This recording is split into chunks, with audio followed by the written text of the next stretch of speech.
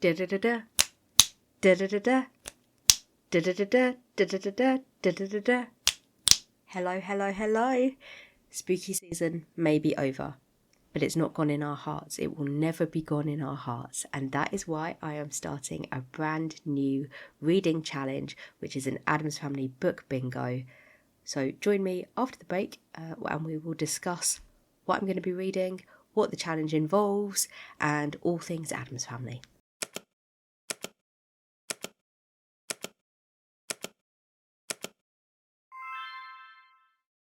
Okay. I love the Addams Family. Nothing to be ashamed of there. It's just a really big part of me growing up.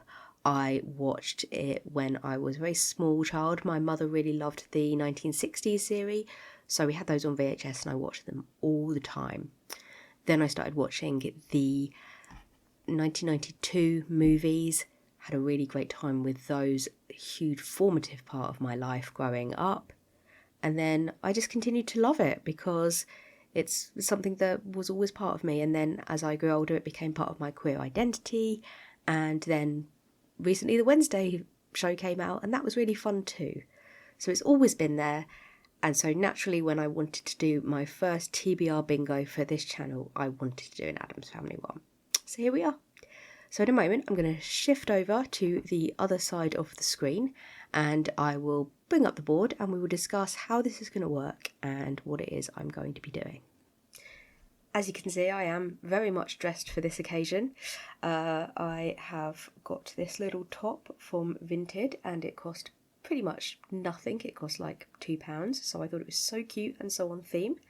The wig isn't actually part of this. I am doing a costume party with friends over the weekend and this is part of it, but I thought you've got to dress up, you've got to give the Addams Family your all. So here it is, and I actually think it looks cute. It was not expensive, but I like it. When I did a test run of this with the wig on, when I looked at the camera I didn't recognise myself, so yay. Okay, let's go. Here is the board, as you can see. There are 10 prompts, one for various characters in the Addams Family. Don't worry if you aren't an Addams Family fan, though if you've clicked on this I think it's probably a bit strange if you're not. If that's not for you, you still don't need to know anything. I will talk you through it as we go. You only really need to know what the prompts are and decide whether you like the kind of books I'm going to be reading for it. So the plan is I will do 3 videos for this series. I'll read 4 books in this video and then 3 in the subsequent 2 videos. So we'll cover the 10 that way. We're going to start today across the top row, which covers 3 characters, which is Morticia, Gomez and Wednesday. So the big hitters really of the Addams Family. I'll also cover the bottom prompt, which is the family motto, it's in Latin. I can't speak that and I don't remember the Latin for it off the top of my head, but it is, we gladly feast on those who would subdue us. So those 3 characters and that motto for this video. So let us discuss the prompts. The first prompt is the Morticia prompt, and the prompt for Morticia is a book with either thorns or a gorgeous gothic cover. I honestly had so many options for this. I really enjoy gothic books and I enjoy the gothic aesthetic, so many books covered this. And I was at quite a few with thorns on, which actually surprised me. For this particular prompt, I decided I would go with one that's a combo of both thorns and a gothic cover. Not really because I want to be super completionist, just because this was the book I wanted to read. And that is Estella's Revenge by Barbara Havelocke. It's a story about Estella from Great Expectations, the book by Charles Dickens. It follows her as an adult in her new marriage, which is after the events of the book. It also follows her experiences as a child through the events of the book from her perspective. I've been wanting to read this for absolutely ages, quite honestly. I've had it probably 2 or 3 years at this point on my TBR, and it's just been there waiting for me, and every now and then I pick it up and think I might read this, and then for whatever reason I don't. So this is the day, this is the time I'm going to read this book, and I think Morticia would heartily approve of a book that involves Miss Havisham and her super gothic vibes. And then we have the Gomez prompt. The prompt for that is a dark romance. Who is not the most darkly romantic character in the Addams Family if it's not Gomez? I have quite a few options for this, a surprising amount. I am not a dark romance fan, so the ones I've got, I've tended to come by them accidentally or just pick them up, and then I've not read them, so they've kind of built up because it's not necessarily my thing. However, I do have quite a few options, and I've decided to go with Quin's Bite Me, You Know I Like It. Can't believe I'm going to actually read and review that book. Quin is my cheeky little favourite guilty pleasure that I read every Christmas because she has a Christmas series that I really like. It is completely no thoughts, just fun romance, super festive, super lovely. She also has this paranormal romance series, so I had them saved, ready to give them a go, and this is the perfect time. And I kind of wanted to choose this one over the others because I didn't want too dark a romance. I wanted dark romance but not depressing romance, you know, not, oh, this is just really problematic romance. So this seemed like a really good compromise. The downside to it is that it is very, very long. It's 600 pages, which for a romance seems insane. However, there's bound to be plot in it if it's that long, so we'll see what's involved, but I'm looking forward to it, and I think it's going to be my surprisingly cute, cozy read. And then we have Wednesday. I have technically read the book for this, which we will discuss momentarily. I'm actually refilming this intro for various reasons, which I'll discuss shortly. However, the prompt is a book about a serial killer. And as a mystery fan and a serial killer book fan, I have a ton of those. I think I had like 40 to choose from. It's embarrassing almost. So I had loads of options, but the one I was desperate to read was Mayfly by CJ Tudor, I think. I've been wanting to read this for so long. It was on my books I really wanted to read this year list. And it's been one that I've been a little bit nervous about, and I'll discuss that in a moment, but this was really high up there, and it's such Wednesday vibes about a Disney princess who is actually a really psychopathic serial killer, and if that doesn't match Wednesday's vibes, what does? And then the last one, the prompt at the bottom, which is the family motto, we gladly feast on those who would subdue us. The prompt is a zombie book, something I have a lot of. Love zombie stories, they are my favourite type of horror. Had plenty to choose from. However, there was only one way I was ever going to go with this, which is a brand new horror book that I only bought in the last few weeks and that I have been excited to read, which is One Yellow Eye, which is about a woman who is grieving for her husband who was bitten in the zombie outbreak, only she has kept him against all of the rules after this outbreak has been cured, solved, ended, and she's kept him in the hope of trying to find a cure. So it's a book about grief and about zombies, which is something that does appeal to me on both counts. I'm very excited for it. Yeah, there were other options. I've got, again, lots of overdue zombie books to read, but this one just really felt like I wanted to get into it really quickly. And yes, there are 6 other prompts, which we will discuss in more detail and what I'm going to be reading for those in my next videos. But just to quickly work through the characters, we have Pugsley, who has the prompt Monsters, which is a book either featuring a monster or has the title with a monster in that. Should be quite straightforward, but we'll see what I've got when we get there. For Fester, the prompt is plague or body horror. Very, very suited to both his character and name. Not as many options for this, but I've got some things in mind, we'll see. For Lurch, the prompt is spooky houses. And for Thing, who has lots of little parts, it's a book of short stories, and they are horror short stories with more than 5 stories in the collection. I've got a few of them. I'm looking forward to it. We'll see. Finally, we're moving out of the traditional family for the Addams Family Values movie. The character is Debbie Jelinski, who marries Fester, my favourite character across all Addams Family adaptations. I was a ballerina, graceful, delicate. They had to go. I would just want a whole movie about Debbie. I love her so much. Technically, Addams Family Values was a whole movie about Debbie, but I want more. I want her to be in Wednesday. She needs to become part of the canon, you know? So the prompt for Debbie is pop culture horror. You're talking your Grady Hendrixes, your meta horror. Really looking forward to it. And then finally, we're going to the Wednesday series, because I couldn't miss that out. And we are including a prompt for Enid, who is Wednesday's roommate, and the prompt is werewolves. Not as many options for that as I thought, actually, but we will see. We're going to have fun.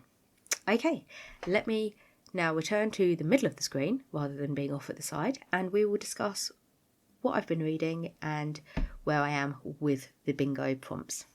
Hello, back in the middle, hiding all of the junk that is behind me once more. And yes, I am actually a little further in this prompt bingo than I anticipated. I actually recorded this introduction a few days ago. For various reasons, I had to bin that introduction and re-record it. So I would normally want to do more of a vlog where I go into this totally blind and read along with you, so to speak, or you watch as I read along. However, we're actually starting this with one book finished and several others on the go, just because technical issues foxed me, wasn't what I wanted, but here we are. But yes, I have only finished one book for this, which is the Wednesday prompt, which is Mayfly by C.J. Leede, not C.J. Tudor. I said C.J. Tudor earlier. That's a mystery author, I believe.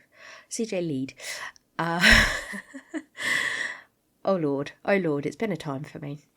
So yes, Mayfly. I've been wanting to read this for so long, and I was actually really nervous of it.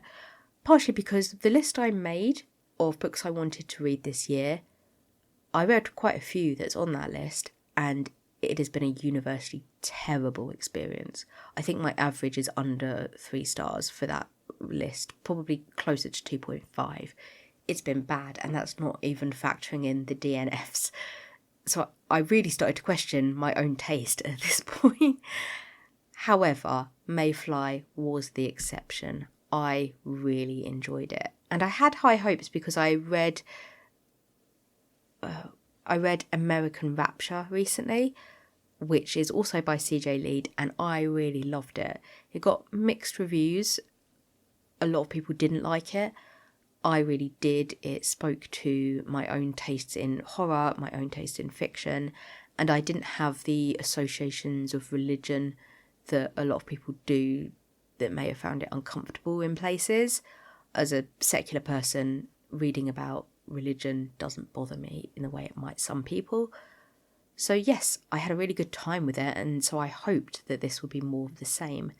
And it wasn't. It was a very, very different book. It's about the character of Maeve, who is a Disney park princess, only not because the book isn't legally allowed to say she's a Disney park princess. But she plays a character who is a blonde ice princess with a red-headed sister and a singing snowman. So come to your own conclusions there.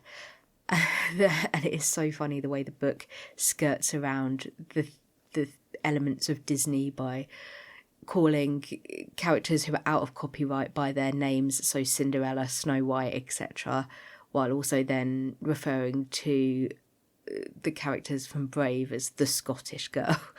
So I really found that funny. And the book isn't hiding it particularly. It mentions mouses and so on, and mice in general. So yes, the main character Maeve is this Disney princess-ish character, and she lives in LA, and she lives with her grandmother, who's a former old Hollywood star, and she basically is having a relatively good time in her own dark, twisted way. She then meets her friend's brother, her fellow princess's brother, and they form a connection of a sort because he has some dark elements to him as well, and it becomes a kind of tragic love story in a way. She also has various other problems, things going wrong in her life. Her grandmother is very ill, so there's lots of things bubbling under the surface, even when she is pretending to be mostly fine. And then when things inevitably go wrong because of who she is, they spiral. So yes, I really loved it. I wouldn't say it's 5 stars. I gave it 4.25, which it could have been a 4.5, but I gave it that lower rating, which is still a really good rating, just based on my own personal tastes. For me, this led into body horror a little bit more than I personally enjoy, and more than American Rapture did. If you like body horror, it's not going to bother you. It's the only part of horror I can't cope with. I lean more to psychological, spooky horror. I really enjoyed what the book was trying to do and the meaning of it all, and why that horror was there.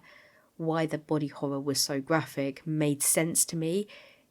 It was there, yes, to shock the audience, but also it made sense within the character and what she was trying to portray and the message of the book. So it was there for a reason. I found it so unsettling. At points, it just tipped over into too unsettling for me personally.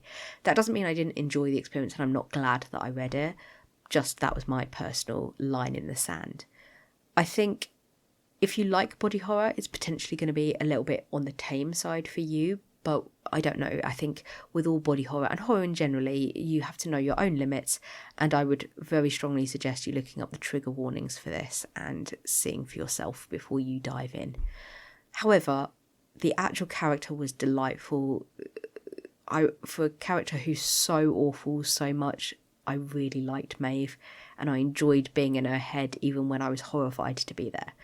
So yes, this was a massive win for me. 4.25 is still a great rating. It could have been a little bit higher, but my own squeamishness came into play. So this was a fantastic read, and I'm really glad that I read it. Then just to give you a quick update on where I am with the other books, I am halfway through Estella's Revenge. I am enjoying it mostly, but just to go into what it's about, as I said, it's about Estella from Great Expectations. She is the adopted daughter of Miss Havisham, who is the famous eternal bride of Great Expectations. Even if you don't know anything about Dickens, you've probably heard of Miss Havisham. She is a character who was jilted shortly before her wedding and then chose to keep everything as it was on her wedding day for the rest of her life, including living in her wedding dress, keeping the wedding cake rotting on the table, etc., etc. And she adopted this daughter, Estella, in the hope of raising her to be someone who would break men's hearts and enact Miss Havisham's revenge upon mankind.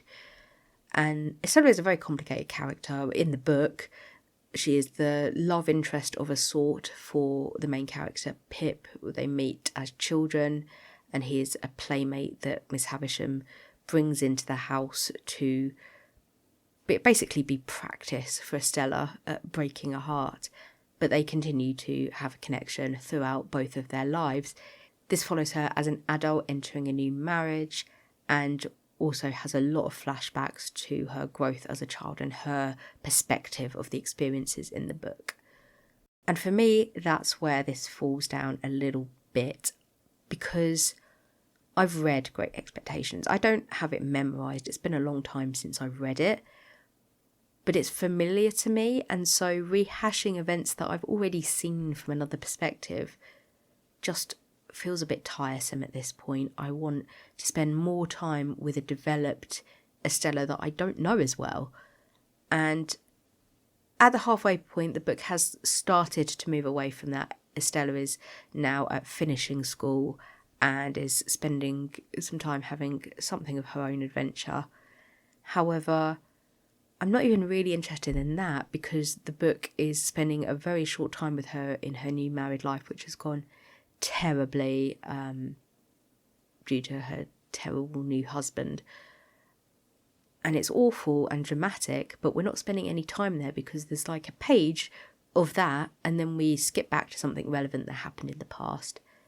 And I just, it's just not for me at this point. I just want the author to do something that's new with it and not hanging on to the book that it's based on, because there's so much potential for Estella as a character, and I want to see that and spend time with her as an adult who can grow and develop. And instead it feels very much like books that I don't like, which is the mythology retellings, things like Circe, which is a good book on this, like I can admit that it's a good book, but that type of book doesn't work for me, where you have a villainous female character and then there's all these reasons why she's not a villain. She is in fact misused and mistreated and is just seeming to do bad things, but actually they're good things, just everyone has the wrong idea. That annoys me in fiction. I'd rather just have a bad villain. I'd rather have a Maeve fly than this. So yeah, I just wanted to spend time with her as the Estella, that is this messed up adult who has gone through all of these terrible things, and instead we are just doing her POV. And instead we're just doing her point of view of Great Expectations.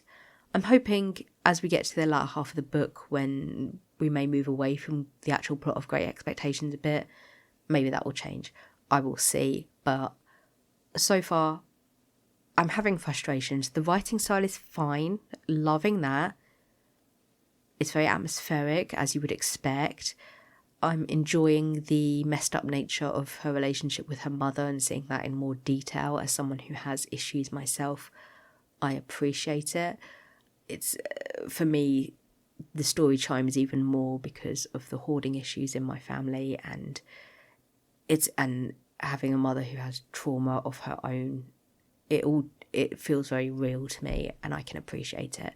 So I am enjoying that in some ways, but at the same time I really am just ready to get to the good stuff. We will see. And then I'm also a little way into Bite Me, You Know I Like It. I cannot believe I'm saying that title as many times as I am.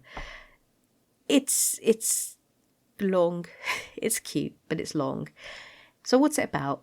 It is about a young man in his late teens who is returning to his family home. He has discovered he owns an old house that was his mother's. His mother died when he was young, and he moved in with an aunt who was awful to him and has abused him very badly. And now he's escaped this aunt and realised he has a place to go and has gone there. What he doesn't know is that his mother did something terrible in this town and is infamous, and everyone knows who he is, and everyone is very wary of what he's going to do because they don't know who he is and that he doesn't know anything. The other character is a vampire who is newly turned and is kind of part of this elder family of the town. And he is wanting to keep an eye on this returning character, make sure that he's not up to anything. And of course, there are going to be sparks and romance from there. I'm enjoying it, I really am, but it's slow. Like, I have read what would be a third of a romance in another book, and we're still only on about 15%, and not a lot has happened. They've barely met. I don't think they actually have met, really, officially. Not knowingly anyway. Yeah, I just want to get to it now. I just want to get on with the plot. I'm enjoying it though, it's cute, and I don't think it's going to be a difficult read. So I'll leave you for now. I will put back when I've finished Estella's Revenge and when I'm further into Bite Me, You Know I Like It, and then we will see where we are before we move on to One Yellow Eye. Well, hello. I have my Wednesday cup tumbler thingy. It's so cute. And it is filled with boba tea, which I've never actually had before, and I made from a kit that came with the whole thing. And just completely failed to get any drink out because that actually had a ball of thingy in it.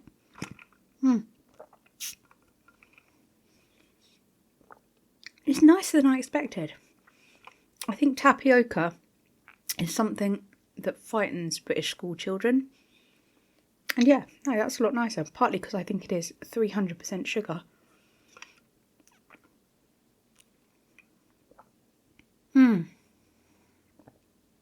Yeah, it's like fruity. I like it. I got this in B&M. I've had it ages. It's really cute, and I've been meaning to use it for video. So, yay. Okay. I'm actually really thirsty. And I also have my little bits and bobs here, which I've just moved in from the living room, just to make the place look a bit Halloween-y. Even though Halloween is actually over by the time you're seeing this, but again, it continues in my heart. Let us get on to the book update, because we actually have a lot to discuss, and I actually have a lot of things to do because this is my lunch hour and I'm going away tomorrow, so we will discuss that too. Let us begin. So the first update is for Estella's Revenge, which I have now finished, and I have mixed feelings. I gave it 3.75 stars, which for me that's good, but it's not great by any means. That is above average. I'll probably remember it for a bit. I'll probably look back on it fondly, but it also, I don't really want to read any more. I certainly don't want to pick up the sequel. So that's where we are with it. It did things I really liked, and it did some things that I didn't like as well, which we'll just get into now. The thing I really liked the most about this was the connection between Estella and Miss Havisham as adults, as adult women who are able to talk to each other on a much more equal basis than child and older women. And them understanding each other, that was a balm for my soul, because Miss Havisham as a character brings a lot of things up for me that I deal with in my life currently. I'm dealing with a relation who is a hoarder, who I am a carer for. It's really hard. I won't go into it. I'm not here for pity or sympathy or to share their business. But Miss Havisham brings a lot of those things up for me, and just seeing Miss Havisham be able to move on in a way, or at least to find some peace, really meant a lot to me. I can maybe see that you wouldn't find it as interesting if you didn't have that particular trigger or trauma. But for me, it was a little bit of fantasy, a little bit of hope. However, I also know that it is a dream. It doesn't happen that way in real life. It just doesn't.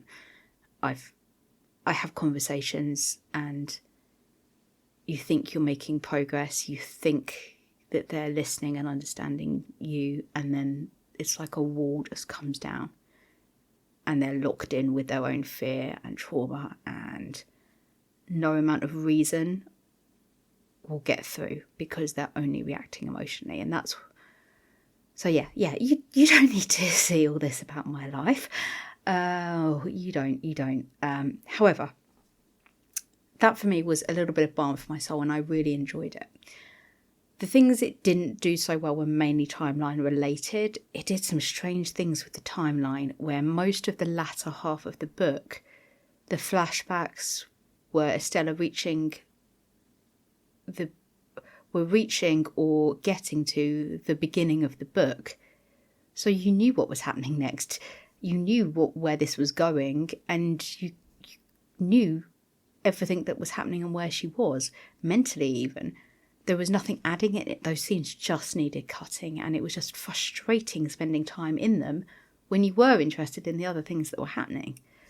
So yes, that was an issue, but easily that could have been cut and it would have been absolutely fine. But by that point, I was really enjoying the older character and I wanted to spend more time with her as an adult. It doesn't do Estella any favours at times. The book continually acts like Estella is playing 4D chess, and all of her little schemes, they're like Nancy Drew level. I'm going to find some clues. I'm going to listen in at a window and see what someone's saying to incriminate themselves. It's that level of scheming, and it's like, come on. And then this huge deal is made of Estella's ability to break hearts and to run the social scene in London, which is what she is trained to do her whole life. And she does it really, really well. And then she literally falls for someone who just negs her. Negging.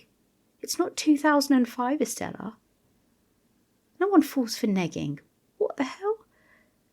Like, literally, this guy is like, you've got some spinach between your teeth and your dress doesn't suit you. And she's like, oh, he tells it like it is. He's worth marrying. What? Estella, baby, I rooted for you. I knew you'd made this mistake at the start of the book, but I thought you'd done it for reasons. Yeah, that was frustrating and a bit silly. But again, lot to like. The writing was good. It wasn't particularly special. It didn't try and imitate Dickens, which I think is a very good thing. But it was very, very readable. The end was poor. The end was really poor. It felt very much like the author got to the end and was like, let's deal with that in the sequel. Because everything that happened came out of totally left field or was left completely unfinished. So for me, that's why I wouldn't pick up the sequel, because I don't trust that the author is going to follow through on the ideas. And I don't really... I thought the ideas that were brought in at the end were quite cheap. So that was frustrating. But overall, I liked it more than I didn't. You know? And then we move on to One Yellow Eye. I didn't actually mean to finish it this quickly. I started it on my commute yesterday because I needed an audio book. And then I read a bit at lunch. And then I listened to it on my commute back. I have a very long commute and I was stuck in traffic for an extra hour. So I listened to about 5 hours yesterday and then read for an hour. So by the time I got home, I only had 10% left and I just breezed through it. So I finished it by accident and here we are. So you didn't get an update because I would have been doing it from the office and that would have been weird. But what is it about? I haven't really gone into it until now. It is about a zombie virus outbreak in London, which is my jam. It's what I'm here for. All of those words are things that make me laser focused on buying and reading this book. The virus is now under control.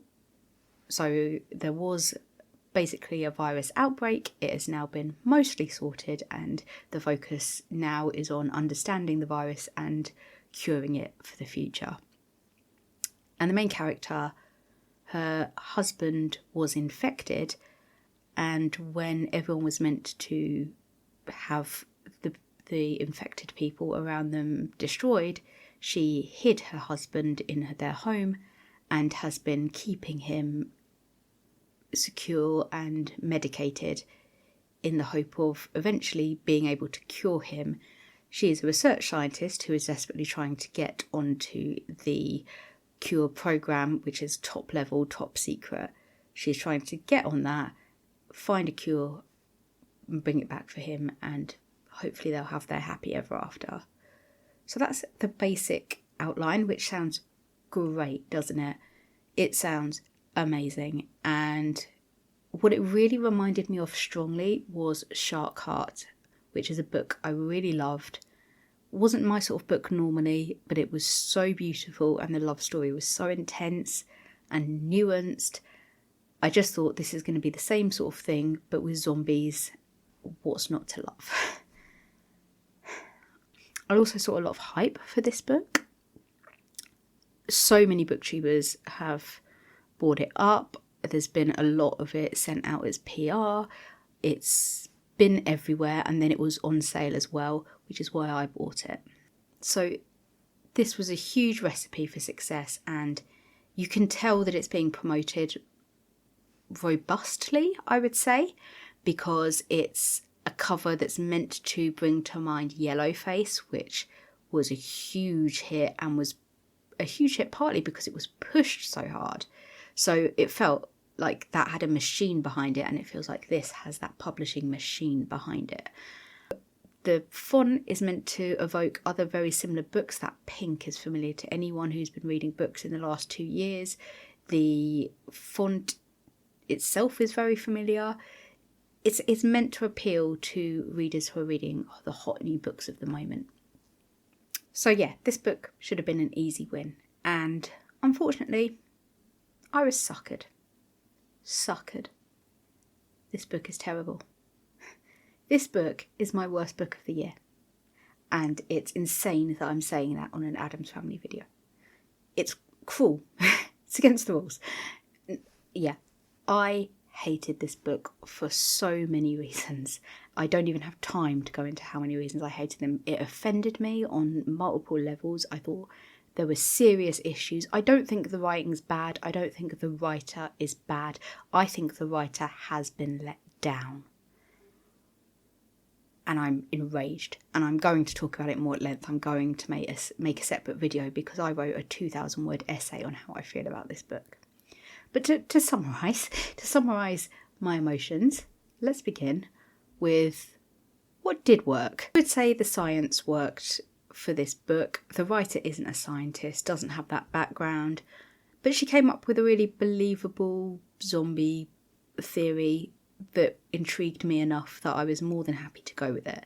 And it was different enough that I hadn't seen it done before. So overall, I was really happy with that. And I wanted more of that than we got. And that, more or less, is the good stuff. Yeah. I think the thing that is the worst thing about this book is there is an arrogance running through it. And I thought that was intentional. I thought that arrogance was meant to be there, that it was meant to be intentional as a way to encourage the main character to grow in time in the story. And then you realise that no, that arrogance is actually inherent to the book, and it's coming from the author. The main character is meant to be right about everything, regardless of how immoral, questionable, cruel, selfish, out of touch, whatever the character does, it doesn't matter because she's right, and that's all that matters, apparently. Not only is she right, she's a hero. The book uses the words hero at the end. It's like that British political meme that's something along the lines of, I took my mother to vote, and she said, which one for Brexit? And then the whole room applauded. And now that's kind of become a political meme. It's like that. She gets to the end of the book and then she's like, and I know I killed a bunch of people, but I solved the zombie crisis. And then the whole room applauded. It's like that. I'm so mad. It's not even funny. And to be totally fair and genuine and kind to the author, they say in their author's notes that this book was a way for them to talk about and process the grief of their father going through, and I think dying from cancer. And I fully understand that, and as someone who has dealt with serious grief, I respect it, and I admire someone being able to throw themselves into a project in that way. I really, really do. However, cancer is a different beast to the disease in this story. This disease in this story has a lot more similarities to other real things that people go through now. And to talk about it in the way you would approach someone who is going through and dying of cancer is a very different and almost offensive thing to do. Because what you're dealing with is someone who, as a zombie, is moving and has a physical presence, but mentally is dead. and there is no part of them there that's anymore. And I can only imagine what someone who is dealing with a family member with dementia, or who has maybe been in a coma or something like that, how that feels to have someone, to have a character who is totally correct about the emotions they're feeling, which are complicated emotions. I think anyone who has had a relative in that position, and I'm fortunate that I haven't, I don't think they feel sure of anything in those moments. They have emotions and their feelings, and I think it all comes down to what's best for that person. And I think most people, that's all they care about, is what's best. And for this character, it's only what's best for them. There's no thought to this relationship. This relationship is barely real. It's barely mentioned. And I think to have someone, the idea of a relative, if I, God forbid, had a physical body still, but mentally there was no presence left. If I was married and my partner decided to chain me up in a bedroom and nurse me and play act me still being alive, I would be horrified, both for me, for the indignity of it, and for them, for not moving on, for not grieving or dealing with it in any real way.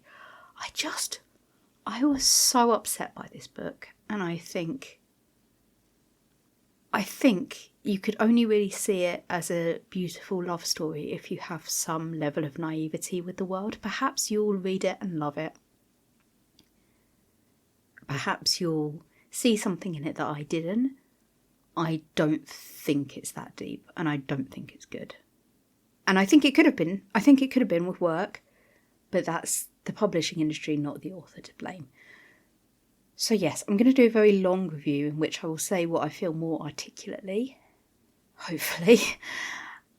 But that's how I feel, and this is going to be probably one of my worst books of the year. Hello. It has been a little while, through no fault of my own, but I do come prepared with the most Addams Family of drinks. It's dark, it's red, it's bloody. It is in fact mulled wine because I'm filming this on a Sunday afternoon, and why not? That's what I say. And yeah, delicious. Do they have mulled wine in America? I don't know. They must do. They have wine. They have all the things you need to mull. Why not?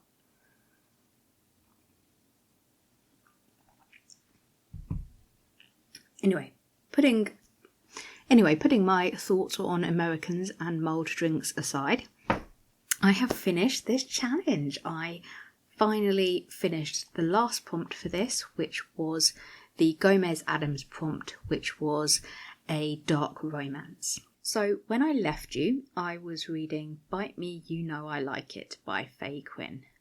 And the fact I'm saying that in the past tense is perhaps an indication of how things have gone. I was reading it, and then I did the thing that always happens when I know something's a DNF in my heart, but I don't want to, which is that I leave it for several days untouched, which for me with a book is quite rare. So this happened, and I just had no desire to pick it up whatsoever, and I just had to accept that this wasn't going to be the one for me, and I wasn't going to be able to complete it for this challenge. And I do feel bad because there wasn't one specific thing that this book was doing wrong at all. It was just taking so long to get to where it was going, almost unnecessarily. As I said, it's 600 pages, so quite a commitment for what feels like a fairly cheap, fun romance. And I got to 70 pages, 80 pages in, and the main characters still hadn't had a scene together. And at that point, I was running out of investment in this. With a romance, I'm not an insta-love romance girly. I don't need the characters to have their eyes meet across a crowded room and fall in love instantly. I don't need that. I do think I need them to meet in the first 80 pages. just a me thing. As I said when I introduced this book, I have read this author's work before and really liked it. I just don't think this one was for me. And it just, if I'd been perhaps very invested in dark romance, if I really loved vampire stories especially, maybe this would have all been a lot more interesting for me. But it just wasn't the one. And sometimes that happens. And it's sad, but I moved on. Unfortunately, that didn't mean I needed to find something else to read for this. I do normally include DNFs as completions, especially when they're good faith DNFs. So when I say good faith, I mean when I have gone into a book wholly hoping that I will like it, when I know it's the kind of thing that I will enjoy, and then for whatever reason I've just not liked it or had to stop. I've gone in fully intending to finish it. In those cases with challenges, I do tend to include it as a completion. However, this is the start of the Addams Family challenge.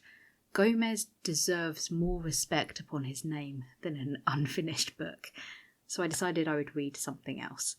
Unfortunately, I don't have a lot of dark romance options. I thought I had more than I did, and every single one I had didn't appeal to me in the moment. I don't know why every time I looked at one I was like, I don't want to read that, I don't want to read that, I don't want to read that. So I picked through, and in the end I remembered that I owned a book called Blood in the Tea Leaves, which is by Beka Westrup. And I didn't know anything about this book. I think I got it on a sale, perhaps I even got it free. It's set in the 1700s, and it's about 4 women in France who by accident, by chance, are turned into vampires. And they use their new powers to right the wrongs in their lives and to become a group that is facing eternity together. I believe it does tie into something else that the author wrote, but it stands alone. So I don't know whether I was just missing context sometimes because of that. But it does literally say at the beginning, if you think the pacing is a bit weird, it's because it ties into the events in the other book. So I was prepared to let that go. And it's short, it's 100 pages or so, 150 pages. So I thought, this is perfect. It's going to be short, quick, easy. It's about vampire women. How could I not enjoy this? Fam, how did this happen? Another disaster for this Addams Family blog. I don't know why. The Addams Family is cursed. I don't know why they're doing this to me. I'm joking. I am joking. I finished it, which is a win in and of itself, but I only finished it because it was 150 odd pages, and even that felt like a slog. I don't think the writing was to blame. The writing is quite good. However, it does feel like a tie-in to another story, and that's fine because the author wasn't hiding that. However, it never convinced me that there was any reason for it to exist in and of itself. It's also trying to juggle 4 characters across several hundred years, and just introducing 4 is a feat in 100 pages in and of itself, much less have them go through all that time together and have various things happen in which they are then turned into vampires and they attack people and they have lived this long life together and various other problems occur. And then when these other problems do occur, they're just treated so bizarrely. I mean, there's a lot of erotica in the book. So again, erotica takes up a significant portion of this 150 pages. And then in between, something really tragic will happen. It feels like you need a whole novel just to go into the depths of that. And then it's moving on to the next thing, moving on to the next thing. And meanwhile, the characters are sort of in love with each other or jealous. It just is. It was so much. It felt like everything had been thrown at this book. And I don't know that it needed to all be there. I think it had the bones of a really good longer novel. I think it would have been, if you've read Dowry of Blood by S.T. Gibson, if it had been extended, it could have been something really along the lines of that, which is of course hugely popular, and I really loved it. And so yeah, I think this book needed extending. It needed to be a novel, not a novella, and it needed a little bit more focus to be its own thing rather than just something that's clearly there as a bonus for the readers of the other novel. Did I enjoy it? Not really. There were bits I liked. The erotica was fine. The actual atmosphere and the idea in itself was good. Just the execution was a bit odd. So yes, I finished. I have finished all of the top row of the bingo board, which I will pop up, not here. I'll pop that up here. All of the top 3, and then the family motto at the bottom, which means that there are only 6 spaces left to fill in, which I will be doing within the next few videos. I think the next couple will be, I'm probably going to do the next one in January and then one after that. But we'll see how the mood strikes me and how Addams Family-ish I'm feeling.